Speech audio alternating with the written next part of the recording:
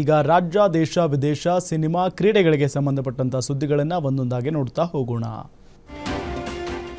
ಪ್ರಧಾನಿ ನರೇಂದ್ರ ಮೋದಿ ಅವರ ಮಿತವ್ಯಯದ ಕರೆಗೆ ಸುಪ್ರೀಂ ಕೋರ್ಟ್ ಅದ್ಭುತವಾಗಿ ಸ್ಪಂದಿಸಿದೆ. ದೇಶದ ಅತ್ಯುನ್ನತ ನ್ಯಾಯಾಲಯ ಈಗ ಮಿತವ್ಯಯದ ಹಾದಿ ಹಿಡಿದಿದ್ದು, ಸುಪ್ರೀಂ ಕೋರ್ಟ್ ತನ್ನ ಶೇಕಡ 50ರಷ್ಟು ಸಿಬ್ಬಂದಿಗೆ ವರ್ಕ್ ಫ್ರಮ್ ಹೋಮ್ ಆಫರ್ ನೀಡಿದೆ.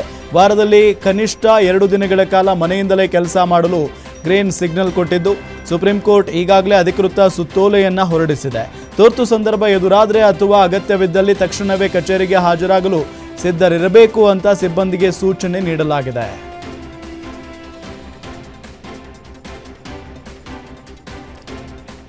ವಿದೇಶ ಪ್ರವಾಸದ ಮೇಲಿನ ತೆರಿಗೆ ಎನ್ನುವ ವದಂತಿಗಳಿಗೆ ಪ್ರಧಾನಿ ನರೇಂದ್ರ ಮೋದಿ ಸ್ಪಷ್ಟನೆ ನೀಡಿದ್ದಾರೆ.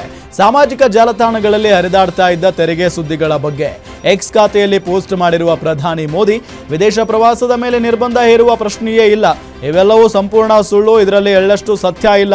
ನಮ್ಮ ಜನರಿಗೆ ಉದ್ಯಮ ಸ್ನೇಹ ವಾತಾವರಣ ಸೃಷ್ಟಿ ಮಾಡ್ತೇವೆ, ಜೊತೆಗೆ ಜನರ ಜೀವನ ಮಟ್ಟ ಸುಧಾರಿಸಲು ಬದ್ಧವಾಗಿದ್ದೇವೆ ಅಂತ ತಮ್ಮ ಎಕ್ಸ್ ಖಾತೆಯಲ್ಲಿ ಪ್ರಧಾನಿ ಮೋದಿ ಸಾಮಾಜಿಕ ಜಾಲತಾಣಗಳಲ್ಲಿ ಹರಿದಾಡುತ್ತಿದ್ದ ವದಂತಿ ಕುರಿತು ಸ್ಪಷ್ಟನೆಯನ್ನ ಕೊಟ್ಟಿದ್ದಾರೆ.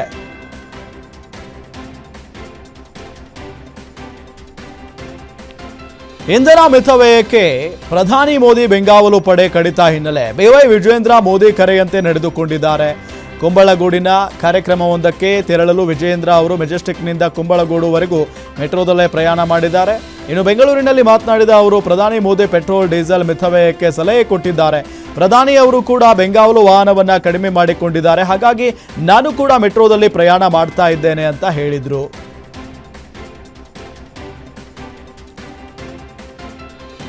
ಮಕ್ಕಳನ್ನ ಶಾಲೆಗೆ ಕಳಿಸುವ ಪೋಷಕರಿಗೆ ಮತ್ತೊಂದು ಶಾಕ್ ಎದುರಾಗಿದೆ. ಡೀಸೆಲ್ ದರ ಏರಿಕೆ ಬೆನ್ನಲ್ಲೇ ಪೋಷಕರಿಗೆ ಮತ್ತೊಂದು ಬರೆ ಎಳೆದಂಗಾಗಿದೆ. ಖಾಸಗಿ ಬಸ್ ಆಯಿತು, ಇದೀಗ ಸ್ಕೂಲ್ ಬಸ್ಗಳ ರೇಟ್ ಹೆಚ್ಚಳ ಮಾಡಿವೆ.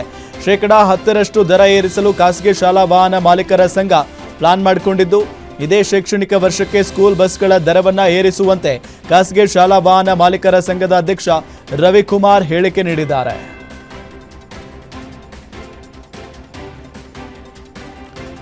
ತೈಲ ಬೆಲೆ ಏರಿಕೆಯಿಂದ ಅಗತ್ಯ ವಸ್ತುಗಳ ಬೆಲೆ ಹೆಚ್ಚಾಗುವ ಭೀತಿಯ ನಡುವೆ ಬಸ್ ದರ ಏರಿಸಿರುವುದಕ್ಕೆ ಕಲಬುರಗಿಯಲ್ಲಿ ಸಾರ್ವಜನಿಕರು ಆಕ್ರೋಶ ಹೊರಹಾಕಿದ್ದಾರೆ. ಖಾಸಗಿ ಬಸ್ಗಳ ಟಿಕೆಟ್ ದರವನ್ನ ಸರಿಸುಮಾರು ಶೇಕಡ 20% ರಿಂದ 30% ಹೆಚ್ಚಿಸಲಾಗಿದೆ. ಕಲಬುರಗಿಯಿಂದ ಬೆಂಗಳೂರಿಗೆ ಈ ಹಿಂದೆ 1600 ರೂಪಾಯಿ ಇದ್ದಂಥ ಟಿಕೆಟ್ ದರವನ್ನ ಈಗ ನೇರವಾಗಿ 2150 ರೂಪಾಯಿಗೆ ಏರಿಕೆ ಮಾಡಲಾಗಿದೆ. ಈ ಬೆಲೆ ಏರಿಕೆಯು ಜನಸಾಮಾನ್ಯರ ಜೇಬಿಗೆ ಭಾರಿ ಹೊರೆ ಆಗ್ತಾ ಇದ್ದು, ಸರ್ಕಾರ ತಕ್ಷಣ ಮಧ್ಯಪ್ರವೇಶ ಮಾಡಿ ದರವನ್ನ ಕಡಿಮೆ ಮಾಡಬೇಕು ಅಂತ ಸಾರ್ವಜನಿಕರು ಒತ್ತಾಯಿಸ್ತಾ ಇದ್ದಾರೆ.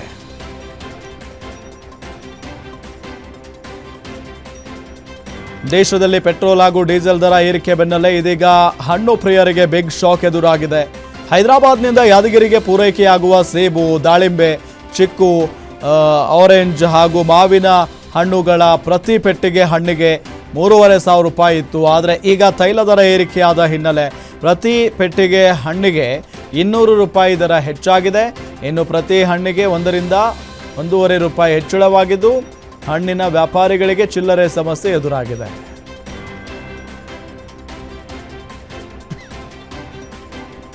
ಪೆಟ್ರೋಲ್, ಡೀಸೆಲ್ ಸೇರಿದಂತೆ ಇನ್ನಿತರ ಅಗತ್ಯ ವಸ್ತುಗಳ ಬೆಲೆ ಏರಿಕೆ ಖಂಡಿಸಿ ಮಂಡ್ಯದಲ್ಲಿ ವಾಟಾಳ್ ನಾಗರಾಜ್ ನೇತೃತ್ವದಲ್ಲಿ ಪ್ರತಿಭಟನೆ ಮಾಡಿದ್ರು. ಜಿಲ್ಲೆಯ ಸಿಲ್ವಾರ್ ಜುಬಿಲಿ ಪಾರ್ಕ್ನಿಂದ ಸಂಜಯ ವೃತ್ತದವರೆಗೂ ಕಾರ್ಯಕರ್ತರೊಂದಿಗೆ ಎತ್ತಿನ ಗಾಡಿಯಲ್ಲಿ ಮೆರವಣಿಗೆ ಮಾಡುವುದರ ಮೂಲಕ ರಾಜ್ಯ ಮತ್ತು ಕೇಂದ್ರ ಸರ್ಕಾರದ ವಿರುದ್ಧ ಧಿಕ್ಕಾರ ಕೂಗುವ ಮೂಲಕ ವಿನೂತನವಾಗಿ ಪ್ರತಿಭಟನೆಯನ್ನ ನಡೆಸಿದ್ದಾರೆ.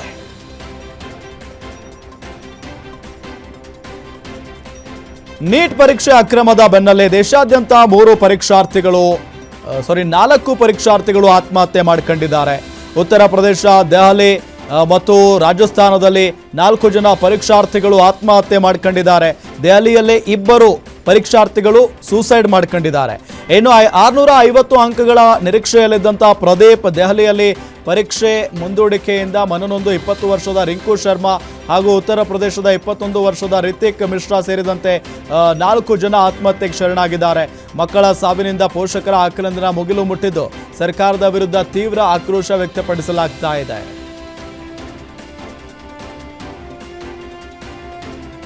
ದೇಶಾದ್ಯಂತ ನೀಟ್ ಹಗರಣ ಭಾರಿ ಚರ್ಚೆಗೆ ಅನುವಾಗಿದ್ದು ಪ್ರಶ್ನೆ ಪತ್ರಿಕೆ ಸೋರಿಕೆಯಾಗಿದೆ ಎಂಬ ವಿಚಾರ ತಿಳಿತಾ ಇದ್ದಂತೆ ಇದೇ ತಿಂಗಳಿನಲ್ಲಿ ನಡೆದಿದ್ದ ನೀಟ್ ಪರೀಕ್ಷೆಯನ್ನೇ ರದ್ದುಗೊಳಿಸಲಾಗಿತ್ತು. ಈ ಪ್ರಶ್ನೆ ಪತ್ರಿಕೆ ಸೋರಿಕೆಯಾಗಿದ್ದು ಹೇಗೆ ಮತ್ತು ಎಲ್ಲಿಂದ ಅಂತ ಸಿಬಿಐ ತನಿಖೆ ನಡೆಸಿ ಹಗರಣದ ಕಿಂಗ್ ಪಿನ್ನ ಪತ್ತೆ ಹಚ್ಚಿದ್ದಾರೆ. ಪುಣೆಯಲ್ಲಿ ಕೋಚಿಂಗ್ ಕ್ಲಾಸ್ ನಡೆಸ್ತಾ ಇದ್ದ ಸಮಯದಲ್ಲಿ ನೀಟ್ ಯುಜಿ ಪತ್ರಿಕೆ ಹಂಚಿದ್ದ ಕೆಮಿಸ್ಟ್ರಿ ಪ್ರೊಫೆಸರ್ PV ಕುಲಕರ್ಣಿ ಅವರನ್ನ ಬಂಧಿಸಲಾಗಿದೆ.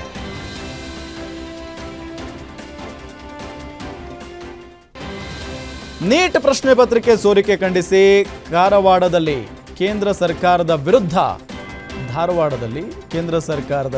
ಯೂತ್ ಕಾಂಗ್ರೆಸ್ ಪ್ರತಿಭಟನೆ ನಡೆಸಿದ್ದಾರೆ. ಉತ್ತರ ಕನ್ನಡದ ಜಿಲ್ಲಾಧಿಕಾರಿ ಇದು ಕಾರವಾರದ ಸುದ್ದಿ. ಉತ್ತರ ಕನ್ನಡದ ಜಿಲ್ಲಾಧಿಕಾರಿ ಕಚೇರಿ ಬಳಿ ಟೈರ್ಗೆ ಪೆಟ್ರೋಲ್ ಸುರಿದು ಬೆಂಕಿ ಹಚ್ಚಲು ಪ್ರತಿಭಟನಾಕಾರರು ಮುಂದಾಗಿದ್ರು.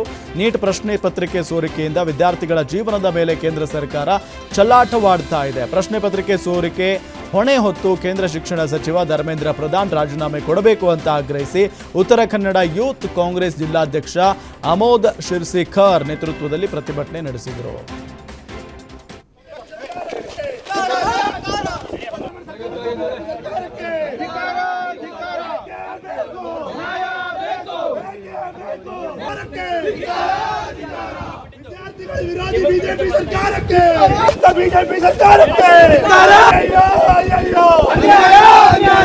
ಬಂದ್ಮೇಲೆ ಇವ್ರು NTA ಅಂತ ಮಾಡ್ಕೊಂಡ್ರು. NTA ಮಾಡ್ಕೊಂಡು ಎಲ್ಲದರಲ್ಲೂ ವಿಸಿಬಿಲಿಟಿ ತರ್ತೀವಿ, ಟ್ರಾನ್ಸ್ಪರೆನ್ಸಿ ತರ್ತೀವಿ ಅಂತೇಳಿ ಇಂಥ ಪರೀಕ್ಷೆಗಳನ್ನು ನಡೆಸಲಿಕ್ಕೆ ಅಥವಾ ಎಲಿಜಿಬಿಲಿಟಿ ಟೆಸ್ಟ್ಗಳನ್ನು ನಡೆಸಲಿಕ್ಕೆ ಟ್ರಾನ್ಸ್ಪರೆನ್ಸಿ ತರ್ತೀನಿ ಅಂತ ಮಾಡ್ಕೊಂಡಂತ ಸಂಸ್ಥೆ.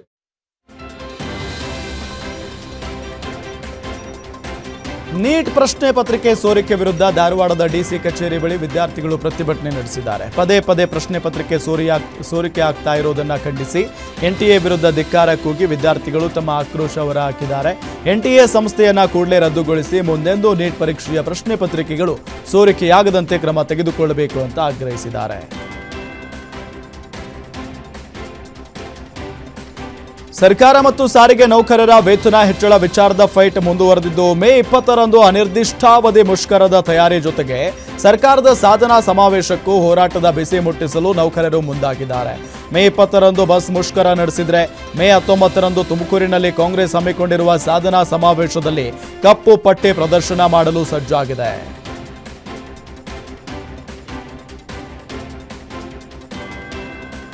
ಕೈಗಾರಿಕೆಗಾಗಿ ವಶಪಡಿಸಿಕೊಂಡ ಭೂಮಿ ವಾಪಸ್ ನೀಡುವಂತೆ ಆಗ್ರಹಿಸಿ ಬಳ್ಳಾರಿ ಜಿಲ್ಲೆ ಕುಡತಿನಿ ಬಳಿ ರೈತರು ಬೃಹತ್ ಪ್ರತಿಭಟನೆ ನಡೆಸಿದ್ದಾರೆ. ವಶಕ್ಕೆ ಪಡೆದುಕೊಂಡ ಜಮೀನಿನಲ್ಲಿ ರೈತರು ಉಳುಮೆ ಮಾಡಲು ಮುಂದಾಗಿದ್ರು. ಈ ವೇಳೆ ರೈತರು ಹಾಗೂ ಪೊಲೀಸರ ಮಧ್ಯೆ ನೂಕಾಟ ತಳ್ಳಾಟ ಶುರುವಾಗಿದ್ದು 10 ಎತ್ತಿನ ಬಂಡಿಗಳ ಮೂಲಕವೇ ರೈತರು ಪ್ರತಿಭಟನೆಗಿಳಿದಿದ್ದಾರೆ. ಈ ಹಿಂದೆ ಮಿತ್ತಲ್ ಕಾರ್ಖಾನೆಗಾಗಿ ರೈತರಿಂದ ಭೂಮಿ ವಶಪಡಿಸಿಕೊಳ್ಳಲಾಗಿತ್ತು. ಬಳಿಕ ಆ ಭೂಮಿಯನ್ನ KIADB ಮೂಲಕ ಜಿಂದಾಲ್ಗೆ ನೀಡಲಾಗಿತ್ತು. ಜಿಂದಾಲ್ನಿಂದ ಸರ್ವೆ ಕಾರ್ಯ ಆರಂಭ ಆಗಿದೆ. ಆದರೆ ಭೂಮಿ ನೀಡಿದ ರೈತರ ಕುಟುಂಬಕ್ಕೆ ಉದ್ಯೋಗವೂ ನೀಡಿಲ್ಲ, ನ್ಯಾಯಯುತವಾಗಿ ಭೂಮಿ ಬೆಲೆ ನೀಡಿಲ್ಲ ಅಂತ ರೈತರು ಪ್ರತಿಭಟನೆ ಮಾಡಿದ್ರು.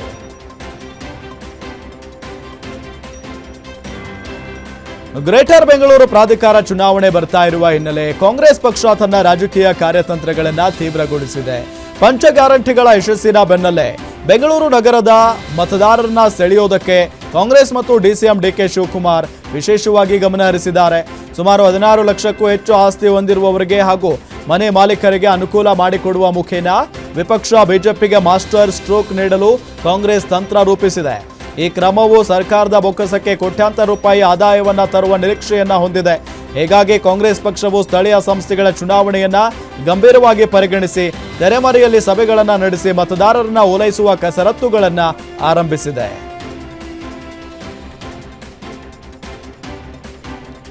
ಪ್ರಧಾನಿ ನರೇಂದ್ರ ಮೋದಿ ಸಂಚರಿಸುವ ಮಾರ್ಗದಲ್ಲಿ ಜಿಲೆಟಿನ್ ಕಡ್ಡಿ ಪತ್ತೆಯಾಗಿದ್ದ ಪ್ರಕರಣದ ತನಿಖೆ ಚುರುಕುಗೊಂಡಿದೆ.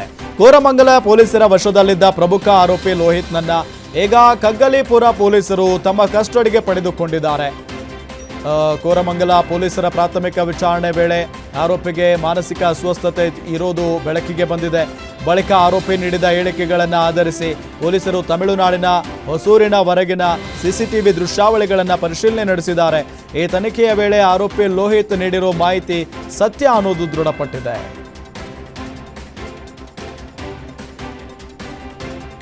ಸಾಧು ಸಂತರ ಸೋಗಿನಲ್ಲಿ ಬಂದು ಹೂಗುಚ್ಚ ಕೊಟ್ಟು ಚಿನ್ನಾಭರಣಗಳನ್ನು ಲೂಟಿ ಮಾಡಿರುವ ಘಟನೆ ರಾಯಚೂರು ಜಿಲ್ಲೆ ಸಿಂಧನೂರು ನಗರದಲ್ಲಿ ನಡೆದಿದೆ.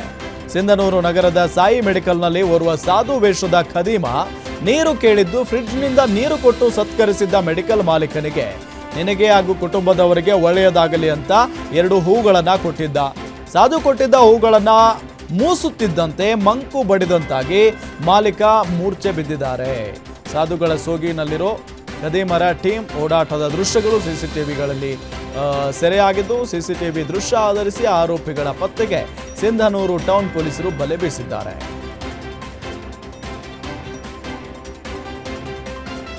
ಹಣಕಾಸಿನ ವ್ಯವಹಾರ ಹಾಗೂ ಅನೈತಿಕ ಸಂಬಂಧದ ಹಿನ್ನೆಲೆ ದಾವಣಗೆರೆಯಲ್ಲಿ ಮಾಜಿ ಗ್ರಾಮ ಪಂಚಾಯಿತಿ ಸದಸ್ಯ ಬೇಕರ ಕೊಲೆ ಮಾಡಲಾಗಿದೆ. ಚನ್ನಗಿರಿ ತಾಲೂಕು ನಲ್ಲೂರಿನ ಮಾಜಿ ಗ್ರಾಮ ಪಂಚಾಯತ್ ಸದಸ್ಯ ಹತಾವುಲ್ಲಾ ಎಂಬಾತನನ್ನ ಕೊಲೆ ಮಾಡಲಾಗಿದೆ. ರಾತ್ರಿ ಸುಮಾರು 10:30 ಸುಮಾರಿಗೆ ನಲ್ಲೂರಿನ ಕ್ಯಾಂಪ್ನಲ್ಲಿರುವ SLV ಬೇಕರಿಯ ಬಳಿ ಬೈಕ್ ಮೇಲೆ ಕೂತಿದ್ದ ವೇಳೆ ಹಿಂಬದಿಯಿಂದ ಸ್ವಂತ ಸೋದರ ಸಂಬಂಧಿ ಶೇಖ್ ಜಬೀವುಲ್ಲಾ ಶೇಖ್ ದಸ್ತಗೀರ್ ಮಚ್ಚಿನಿಂದ ಬೆಸೆದು ಮಚ್ಚಿನ ಏಟಿಗೆ ಸ್ಥಳದಲ್ಲೇ ಹತಾವುಲ್ಲಾ ಮೃತಪಟ್ಟಿದ್ದಾನೆ. ಸದ್ಯ ಕೊಲೆಗಾರರು ಚನ್ನಗಿರಿ ಪೊಲೀಸ್ ಠಾಣೆಗೆ ತೆರಳಿ ಪೊಲೀಸರಿಗೆ ಶರಣಾಗತಿಯಾಗಿದ್ದಾರೆ. ಈ ಪ್ರಕರಣ ಚನ್ನಗಿರಿ ಪೊಲೀಸ್ ಠಾಣೆಯಲ್ಲಿ ದಾಖಲಾಗಿದೆ.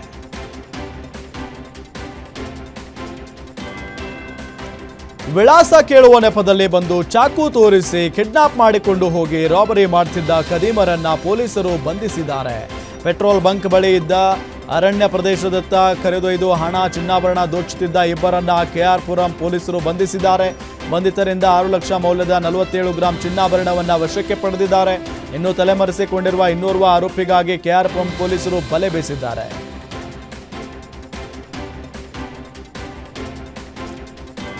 ಕೋಲಾರ ತಾಲೂಕು ಹರಟಿ ಗ್ರಾಮದಲ್ಲಿ ನಾಪತ್ತೆಯಾಗಿದ್ದ ಬಾಲಕಿ ಶವವಾಗಿ ಪತ್ತೆಯಾಗಿದ್ದಾಳೆ. ಕಳೆದ ಗುರುವಾರ ಗ್ರಾಮದ ಕವಿತಾ ಎಂಬ ಬಾಲಕಿ ನಾಪತ್ತೆಯಾಗಿದ್ರು.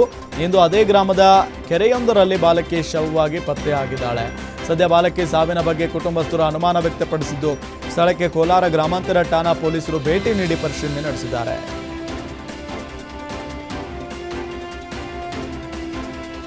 ಬೆಂಗಳೂರಿನಲ್ಲಿ ಪುಂಡರ ಹಾವಳಿ ಮುಂದುವರೆದಿದ್ದು, ಕುಡಿದ ಮತ್ತಿನಲ್ಲಿ ಹಾಗೂ ಗಾಂಜಾ ನಶೆಯಲ್ಲಿ ಆಟೋ ಚಾಲಕನ ಮೇಲೆ ಮಾರಣಾಂತಿಕ ಹಲ್ಲೆ ನಡೆಸಿದ್ದಾರೆ. ಪ್ಯಾಸೆಂಜರ್ನ ಡ್ರಾಪ್ ಮಾಡಿ ಆಟೋ ನಿಲ್ಲಿಸಿಕೊಂಡಿದ್ದ ಚಾಲಕನ ಬಳಿ ಹಣಕ್ಕೆ ಡಿಮಾಂಡ್ ಇಟ್ಟಿದ್ದು, ಹಣ ಇಲ್ಲ ಎನ್ನುತ್ತಿದ್ದಂತೆ ಆಟೋದಲ್ಲಿ ಕಟಿಂಗ್ ಪ್ಲೇಯರ್, ಸ್ಕ್ರೂ ಡ್ರೈವರ್ನಿಂದ ಚುಚ್ಚಿ ಮರದ ದೊಣ್ಣೆಯಿಂದ ಹೊಡೆದು ಅಟ್ಟಾಡಿಸಿ ಹಲ್ಲೆ ಮಾಡಿದ್ದಾರೆ. ಇನ್ನು ಆಟೋ ಚಾಲಕ ವೆಂಕಟೇಶ್ ಪಾಪಯ್ಯ ಅವರ ಮೇಲೆ ಹಲ್ಲೆ ಮಾಡಿರುವ ಸಂಪೂರ್ಣ ದೃಶ್ಯ ಸಿಸಿಟಿವಿಯಲ್ಲಿ ಸೆರೆಯಾಗಿದೆ. ಸದ್ಯ KR ಪುರಂ ಪೊಲೀಸ್ ಠಾಣೆಯಲ್ಲಿ ದೂರು ದಾಖಲಾಗಿದೆ.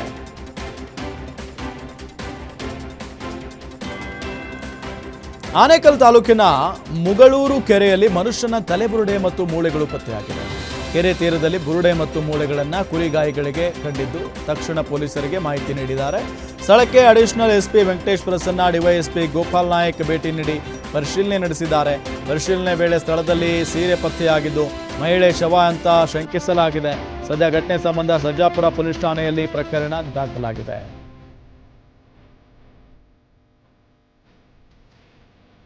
ರಾಜ್ಯ ಕಾಂಗ್ರೆಸ್ ಸರ್ಕಾರ ಶಾಲಾ ಕಾಲೇಜುಗಳಲ್ಲಿ ಹಿಜಾಬ್ಗೆ ಅವಕಾಶ ಕೊಟ್ಟಿರುವುದನ್ನು ಖಂಡಿಸಿ ಕಲಬುರಗಿ ಜಿಲ್ಲೆಯಲ್ಲಿ ಬಿಜೆಪಿ ವತಿಯಿಂದ ಪ್ರತಿಭಟನೆ ನಡೆಸಿದ್ದಾರೆ.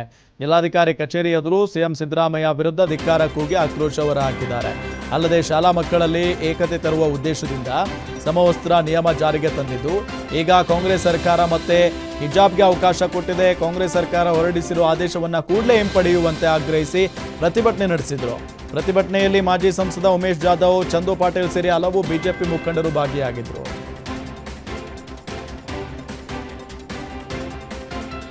ಚಲಿಸುತ್ತಿದ್ದ ಖಾಸಗಿ ಬಸ್ನ ಟೈರ್ ಸ್ಫೋಟಗೊಂಡು ಬಸ್ ಹೊತ್ತಿ ಉರಿದಿರುವ ಘಟನೆ ಹಾಸನ ಜಿಲ್ಲೆ ಶಾಂತಿಗ್ರಾಮ ಬಳಿ ನಡೆದಿದೆ. ಮಂಗಳೂರಿನಿಂದ ಬೆಂಗಳೂರಿಗೆ ಬರ್ತಾ ಇದ್ದಂಥ ವೇಳೆ ಬಸ್ ಟೈರ್ ಸ್ಫೋಟಗೊಂಡಿದ್ದು, ಚಾಲಕನ ಸಮಯ ಪ್ರಜ್ಞೆಯಿಂದ ಬಸ್ನಲ್ಲಿದ್ದ 36 ಮಂದಿ ಪ್ರಾಣಾಪಾಯದಿಂದ ಪಾರಾಗಿದ್ದಾರೆ. ಇನ್ನು ಪ್ರಯಾಣಿಕರ ಮೊಬೈಲ್ ಲಗೇಜ್ ಸಂಪೂರ್ಣ ಬೆಂಕಿಗಾಹುತಿಯಾಗಿದ್ದು, ಅತಿ ವೇಗದ ಚಾಲನೆಯಿಂದ ಟೈರ್ ಸ್ಫೋಟಗೊಂಡು ಬೆಂಕಿ ಹೊತ್ತಿಕೊಂಡಿದೆ ಅಂತ ಶಂಕಿಸಲಾಗಿದೆ. ಸದ್ಯ ಸ್ಥಳಕ್ಕೆ ಅಗ್ನಿಶಾಮಕ ಸಿಬ್ಬಂದಿ ಆಗಮಿಸಿ ಬೆಂಕಿ ನಂದಿಸುವಲ್ಲಿ ಯಶಸ್ವಿಯಾಗಿದ್ದಾರೆ.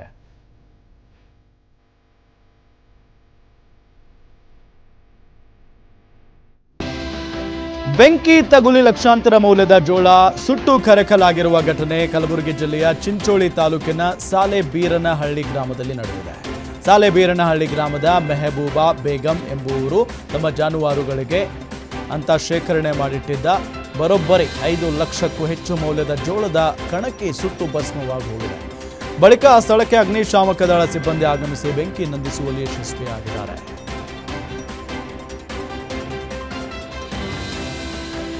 ಚಿಕನ್ ಅಂಗಡಿಗೆ ಕಾರೊಂದು ನುಗ್ಗಿ ವ್ಯಾಪಾರಿ ಕ್ಷಣಾರ್ಧದಲ್ಲಿ ಪಾರಾಗಿರುವ ಘಟನೆ ಯಾದಗಿರಿಯ ಗಂಜ್ ಪ್ರದೇಶದಲ್ಲಿ ನಡೆದಿದೆ. ಚಾಲಕನ ನಿಯಂತ್ರಣ ತಪ್ಪಿ ಕಾರು ಚಿಕನ್ ಅಂಗಡಿಗೆ ನುಗ್ತಾ ಇದ್ದಂತೆ ಅಂಗಡಿ ವ್ಯಾಪಾರಿ ಕೂದಲೆಳೆಯಲ್ಲಿ ಪಾರಾಗಿರುವ ದೃಶ್ಯ ಸಿಸಿಟಿವಿಯಲ್ಲಿ ಸೆರೆಯಾಗಿದೆ. ಇನ್ನು ಘಟನೆ ಸಂಬಂಧ ಯಾದಗಿರಿ ನಗರ ಪೊಲೀಸ್ ಠಾಣೆಯಲ್ಲಿ ಪ್ರಕರಣ ದಾಖಲಾಗಿದೆ.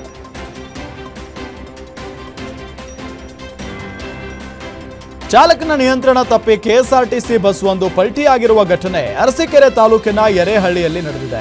ಪ್ರಯಾಣಿಕರನ್ನ ತುಂಬಿಕೊಂಡು ಬೆಂಗಳೂರಿನ ಕಡೆಗೆ ತೆರಳುತ್ತಾ ಇದ್ದ ವೇಳೆ ಅಪಘಾತ ಸಂಭವಿಸಿದ್ದು, ಅದೃಷ್ಟವಶಾತ್ ಬಸ್ನಲ್ಲಿದ್ದ 25ಕ್ಕೂ ಹೆಚ್ಚು ಪ್ರಯಾಣಿಕರು ಪಾರಾಗಿದ್ದಾರೆ. ಘಟನೆಯು ಯರೇಹಳ್ಳಿ ಗ್ರಾಮದ ಬಳಿ ನಡೆದಿದೆ. ಇನ್ನು ಸ್ಥಳಕ್ಕೆ ಹಾಸನದ ಆರ್ಟಿಒ ಅಧಿಕಾರಿಗಳು ಭೇಟಿ ನೀಡಿ ಪರಿಶೀಲನೆ ನಡೆಸಿದ್ದಾರೆ.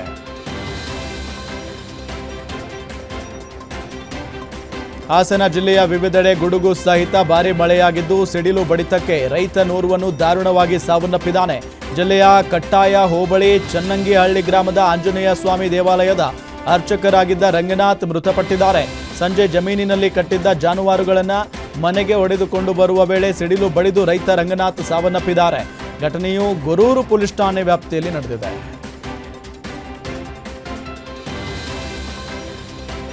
ಚಿತ್ರದುರ್ಗ ಜಿಲ್ಲೆಯ ಹಲವೆಡೆ ಗುಡುಗು ಸಹಿತ ಭಾರೀ ಮಳೆಯಾಗಿದ್ದು, ಧಾರಾಕಾರ ಸುರಿದ ಮಳೆಗೆ ವಿದ್ಯುತ್ ಕಂಬಗಳು ಧರೆಗುರುಳಿವೆ.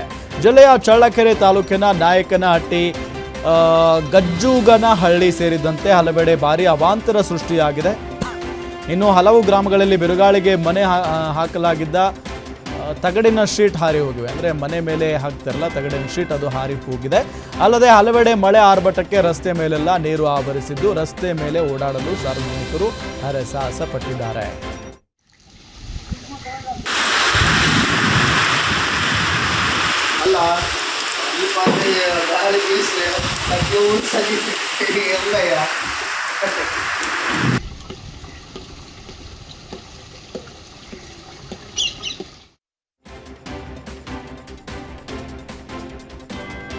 ಸಕ್ಕರೆ ನಾಡು ಮಂಡ್ಯದಲ್ಲಿ ಬಿಸಿಲಿನ ಬೇಗೆಗೆ ಕೆರೆ ಕಟ್ಟೆಗಳು ಸಂಪೂರ್ಣವಾಗಿ ಬತ್ತಿ ಹೋಗಿದ್ದು, ಹನಿ ನೀರಿಗೂ ಪರದಾಡುವ ಸ್ಥಿತಿ ನಿರ್ಮಾಣವಾಗಿದೆ.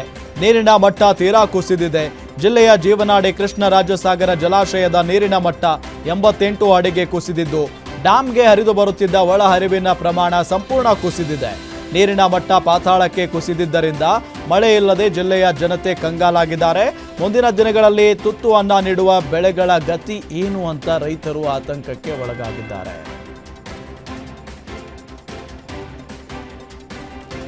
ಬೀದರ್ ಜಿಲ್ಲೆಯಲ್ಲಿ ನೀರಿಗಾಗಿ ಹಾಹಾಕಾರ ಶುರುವಾಗಿದ್ದು, ಜಿಲ್ಲೆಯ ಮಹಾರಾಜವಾಡಿ ಗ್ರಾಮದಲ್ಲಿ ಕುಡಿಯುವ ನೀರಿಗಾಗಿ ಜನ ಪರದಾಡ್ತಾ ಇದ್ದಾರೆ. ಕುಡಿಯುವ ನೀರಿನ ಸಮಸ್ಯೆ ಹಿನ್ನೆಲೆ ಒಂದು ಟ್ಯಾಂಕ್ನಿಂದ ಗ್ರಾಮದ ಜನರಿಗೆ ನೀರು ಸರಬರಾಜು ಮಾಡಲಾಗ್ತಾ ಇತ್ತು. ಈಗ ಅದೇ ಟ್ಯಾಂಕ್ ನೀರು ಗ್ರಾಮಸ್ಥರಿಗೆ ಸಾಕಾಗದೆ ನೀರಿಗಾಗಿ ಪರದಾಡುವಂತ ಪರಿಸ್ಥಿತಿ. ಬೇರು ಬಿಸಿಲಿನಿಂದ ಗ್ರಾಮದಲ್ಲಿನ ಬೋರ್ ಬತ್ತಿ ಹೋದ ಪರಿಣಾಮ ಕುಡಿಯುವ ನೀರಿನ ಸಮಸ್ಯೆ ಹೆಚ್ಚಾಗಿದೆ. 1,000ಕ್ಕೂ ಹೆಚ್ಚು ಜನಸಂಖ್ಯೆ ಹೊಂದಿರುವ ಗ್ರಾಮಕ್ಕೆ ಒಂದು ಟ್ಯಾಂಕ್ ನೀರು ಸರಬರಾಜು ಮಾಡಿದ್ರೆ ಎಲ್ಲಿ ಸಾಕಾಗುತ್ತೆ ಅಂತ ಗ್ರಾಮಸ್ಥರು ಆಕ್ರೋಶ ಹೊರಹಾಕಿದ್ದಾರೆ.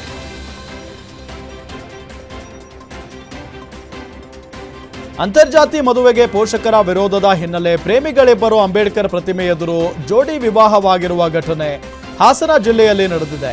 ಕಳೆದ ಕೆಲವು ವರ್ಷಗಳಿಂದ ಪ್ರೀತಿಸುತ್ತಿದ್ದ ಜೋಡಿಗೆ ಜಾತಿ ಹೆಸರು ಹೇಳಿ ಪೋಷಕರು ಮದುವೆ ನಿರಾಕರಿಸಿದ್ರು. ಪೋಷಕರ ವಿರೋಧದ ನಡುವೆಯೂ ಜಿಲ್ಲಾಧಿಕಾರಿ ಕಚೇರಿ ಆವರಣದಲ್ಲಿರುವ ಅಂಬೇಡ್ಕರ್ ಪ್ರತಿಮೆ ಬಳಿ ಮನೋಜ್ ಹಾಗೂ ಪ್ರೀತಿ ದಲಿತ ಸಂಘಟನೆ ಮುಖಂಡರ ಸಹಾಯದೊಂದಿಗೆ ವಿವಾಹ ಮಾಡಿಕೊಂಡಿದ್ದಾರೆ.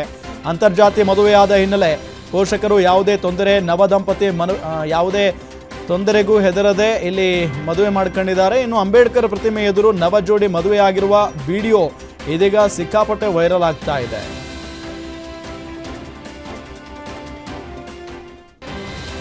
ಹಾವು ಕಡಿದು ಕಾಂಗ್ರೆಸ್ ಅಭ್ಯರ್ಥಿ ದಾರುಣ ಸಾವನ್ನಪ್ಪಿರುವ ಘಟನೆ ಉತ್ತರ ಕನ್ನಡ ಜಿಲ್ಲೆಯ ಜೊಯ್ಡಾ ತಾಲೂಕಿನ ಅನಮೋಡ್ ಬಳಿ ನಡೆದಿದೆ. ಖಾಸಗಿ ಸಭೆಗಾಗಿ ಗೋವಾದಿಂದ ರಾಮನಗರ ಭಾಗಕ್ಕೆ ಬಂದಿದ್ದ ಡಾಕ್ಟರ್ ಕೇತನ್ ಭಾಟಿಕರ್ ಕಾಡಿನ ಪ್ರದೇಶದಲ್ಲಿ ಮೂತ್ರ ವಿಸರ್ಜನೆಗೆ ತೆರಳಿದ್ದ ವೇಳೆ ಕಾಲಿಗೆ ನಾಗರ ಹಾವು ಕಡಿದಿದೆ.